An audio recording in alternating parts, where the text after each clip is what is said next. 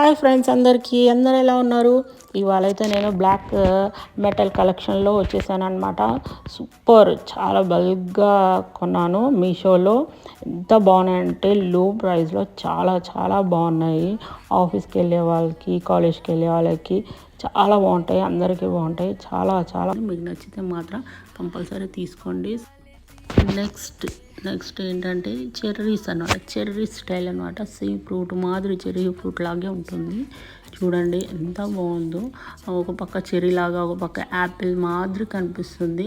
ట్రెండింగ్లో ఉంది. వెస్ట్రన్ లుక్లో అదిరిపోతుంది అనమాట.